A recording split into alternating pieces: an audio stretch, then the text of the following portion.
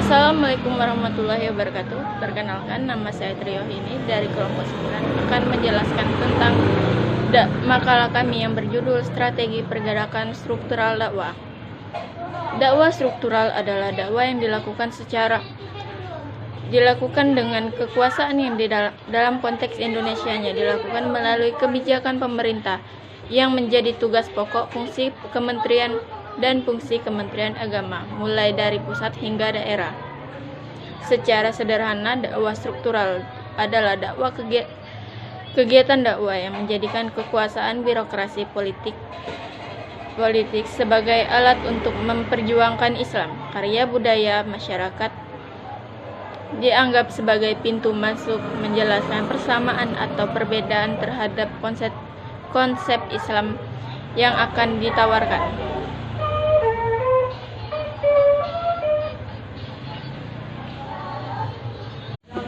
Perkembangan dakwah struktural ini ditemukan pada gerakan politik umat Islam pada masa klasik.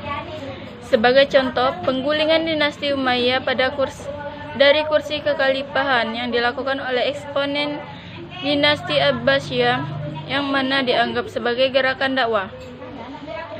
Hal yang sama telah dilakukan oleh Syiah Umayyah, gerakan politik yang diawali dengan pengiriman para aktivis politik ke Afrika Selatan sebagai langkah strategi bagi persiapan pembentukan dinasti Fatimiyah yang akan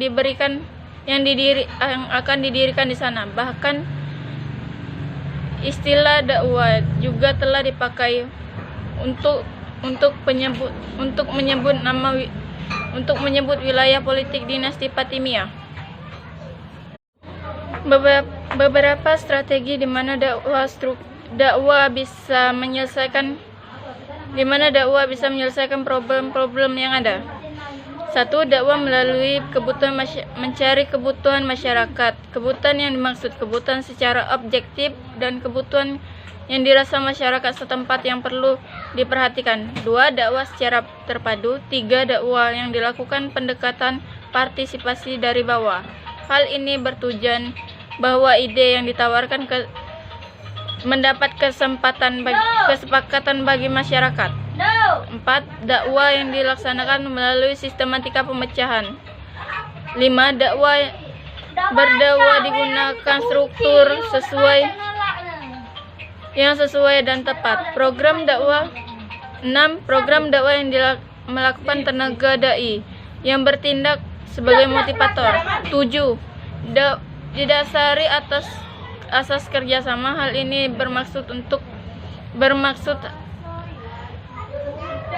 bahwa harus berangkat dari kemampuan diri sendiri dan kerjasama potensi yang ada yang dibantu dari pihak luar. Kesimpulannya, dakwah struktural adalah gerakan dakwah yang berada pada kekuasaan para aktivis dakwah.